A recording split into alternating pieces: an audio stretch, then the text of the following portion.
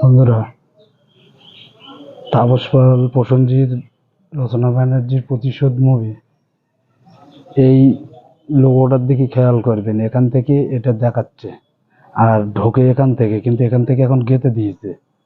এই যে এখনো সাদা আছে, মানে পরবর্তীকালে গেঁথে দেওয়া হয়েছে এই সাদাটাই।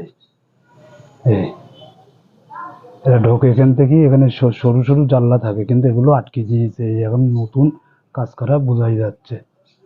ঠিক এখান থেকে ঢুকেছে, আর এইটার দিক ফলো করবে, বুঝতে পারবে। আমি মোটামুটি বোঝার মতন করে করে দিচ্ছি, বুঝতে পারবে। দেখেন,